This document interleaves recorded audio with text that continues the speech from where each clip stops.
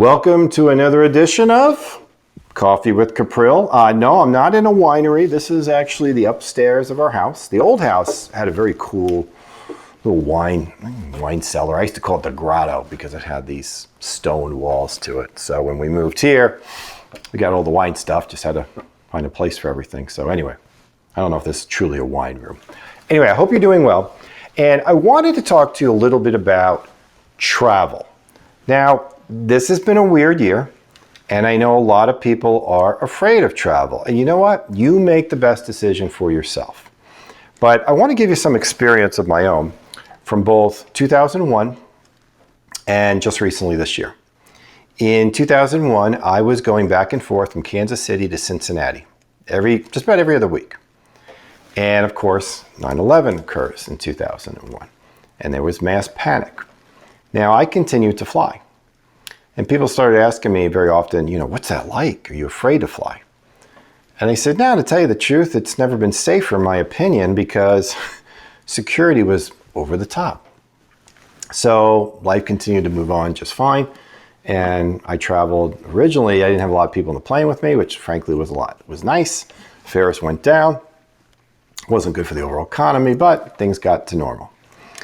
Now we're dealing with the pandemic. Well, I have made 2 flights in the last month. And other than the fact I've had to wear a mask, which candidly I don't like wearing, but I do what's required of me, it's been very normal. In fact, it's been better than normal because again, airports are not full and airplanes are incredibly clean. The biggest concern that I have about this whole pandemic is fear. The fear that it brought on. Now look, it's serious, all right? No one wants to get a virus that could ultimately kill them. I get it. But life has its risks, and you have to make your own decision as to what you want to do. I know it's risky in me talking about this, but I've seen fear really hold people back a lot in their lives, and it's a real shame. We all have some level of money demons that kind of hold us back about what we should do with our money. And we only have so many years left on earth. So I want you to make the responsible decision for yourself, but I also want you not to be scared. I want you to know that there are a lot of opportunities out there to live life fully, however you decide to do them. Be smart about it. If you have illnesses, if you're of a certain age group, you got to be extra careful. Maybe getting an airplane isn't right for you. But if you're in good health and you really want to do it, I just want you to know, I don't think you're crazy to do it. I think that in fact, we don't get time back, so we need to balance our emotions and our concerns, all right? I work really hard and Nikki does too, to making sure that you don't live a life of regret, that you do everything that you want to do in your life.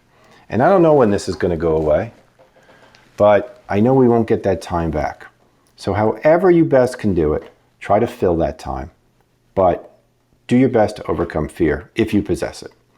Because I think in many cases, it's not necessary. I just want you to hear it from somebody who's actually been out there, has been doing those things, and I'm comfortable with the risk that I'm taking, and I'm not alone. So file that for where it is. I'm not trying to encourage anybody to do stuff that would endanger them. I just want to encourage those of you who think that life can't be normal again. It can be. It's just up to you. You have to make that decision. I hope that helps. Take care.